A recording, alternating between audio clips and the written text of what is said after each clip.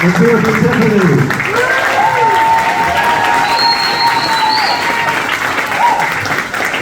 Tiffany, thank you for the great work you do, and I'm so glad you invited me to come to the Day of Activism. I am just thrilled to be here, and Christy, I want to acknowledge you. I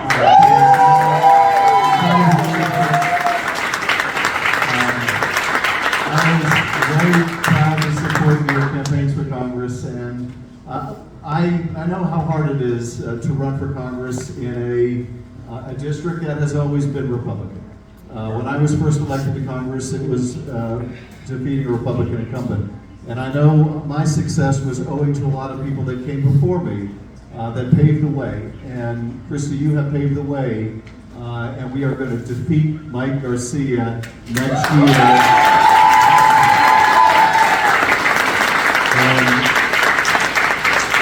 And your hard work is going to be a big part of the reason why.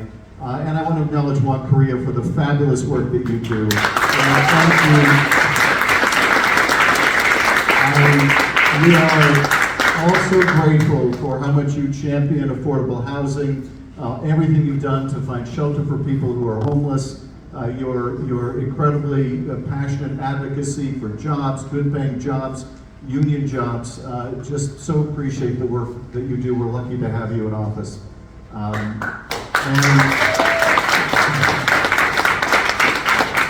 also want to acknowledge Indivisible of the Antelope Valley, Grassroots Democrats HQ, Move Along, and all the other wonderful organizations. Are we going to take this seat? Are we ready to win?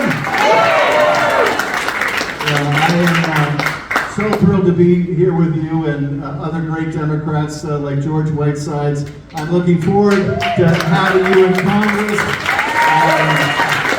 We're going to make sure that we get you elected. Here's the thing about where we are in this moment in time. We face three existential challenges. We have an economy that is simply not working for millions of people. We have a democracy that is deeply at risk, and we have a planet that all too many on the right are trying to destroy. We are close to a tipping point. These are three profound challenges. And we need Democrats in Congress who are willing to fight and protect our democracy, build an economy that will work for people, and to save this planet. Now, Joe Biden has done an incredible job with the infrastructure bill, with the Chips and Science Act, with the Inflation Reduction Act. He has done more for working families than probably any president since Roosevelt. But we still have so much more work to be done. The problem today is not like during the Depression or the Recession, when people weren't working. The problem today is that people are working, and they're just not making enough to get by. Teachers and nurses, police and firefighters that can't afford a place to live anywhere near where they work, and sometimes not at all. Families that struggle to put food on the table or access good health care for their kids. These are some of the seminal challenges of our time. And we need Democrats in Congress that are going to fight to make the economy work for people, that are going to support good, high-paying jobs. This is what we need in California. This is what we need nationally. And I'll tell you what we don't need. We don't need Republicans like Mike Garcia, who are too busy with sham impeachment proceedings against Joe Biden, too busy threatening to default on our debt or lurching from shutdown crisis to shutdown crisis, who can't even pick their own leader.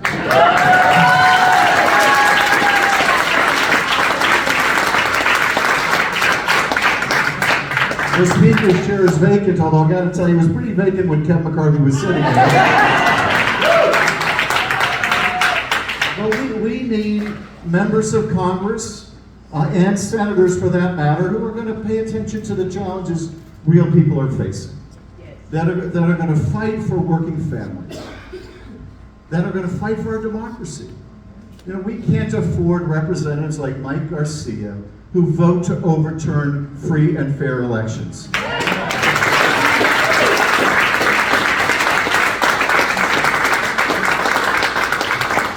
I'll tell you, my takeaway after 2 impeachments, an insurrection, 4 indictments, and counting is simply this. You can have the best written constitution in the world, and I believe we do. You can have the best written laws meant to constrain the worst impulses of human nature, and maybe we do. But at the end of the day, none of it will be enough if people don't give meaning to their oath of office. If that oath isn't informed by ideas of right and wrong, and if people are unwilling to accept the truth, or even that there's something called fact. There's a reason why they are attacking Anthony Fauci and making a villain of people like Anthony Fauci. And it's because he's a scientist. And if you want to try to destroy the truth and fact, then what more potent symbol than a scientist? Now, George knows this. George has been involved in science his entire career. He's been involved in building jobs and in the aerospace industry. He is someone who I think recognizes the importance of facts. I mean, if we can't agree on a common body of fact, then what is left to decide what our policies should be or who even should govern except violence? And this is why we're on such fragile ground. There are too many members of the House and the Senate who don't take their oath of office seriously. Now, we're going to get through this. I want to tell you that I think sometimes when you're in crisis and our country is in crisis, it's hard to see how it ends, and sometimes it's difficult to see even if it will end. But this too shall pass. We will get through this.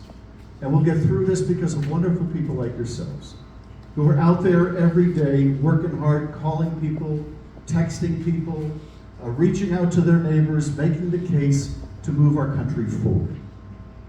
I have such confidence. In particular, I see so many young people, and they are impatient in the best of ways.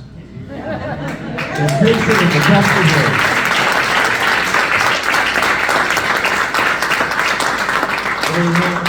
They have no patience for bigotry. They have no patience for the scourge of gun violence that takes our lives every day. They're not going to put up with it anymore. They're sure as hell not going to put up with what we're doing to our planet.